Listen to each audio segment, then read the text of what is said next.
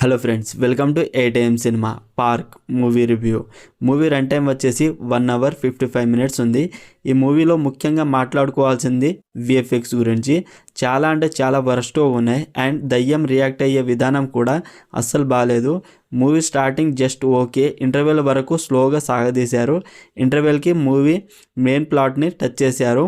తర్వాత అయినా బాగుందా అంటే తర్వాత కూడా అంతే. పోలీస్ ఇంట్రాగేషన్లో దయ్యం సాక్ష్యం చెప్పడం ఏంటో నాకైతే అసలు అర్థం కాలేదు. ఫస్ట్ హాఫ్లో కొంచెం కామెడీ ట్రై చేయాలనుకున్నారు, కానీ అదేం వర్కౌట్ అవ్వలేదు.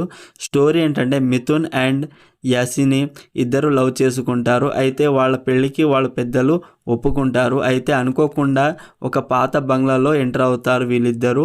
వీళ్ళని దయ్యం ఆవహిస్తుంది. తర్వాత ఏం జరిగింది, ఆ దయ్యం బ్యాక్ స్టోరీ ఏంటిది అనేది మిగతా story.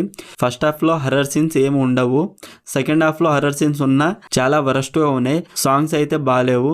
Telugu dubbing just okay, cinematography okay, background music ఏం లేదు. ఓవరాల్ మూవీ నాకైతే నచ్చలేదు.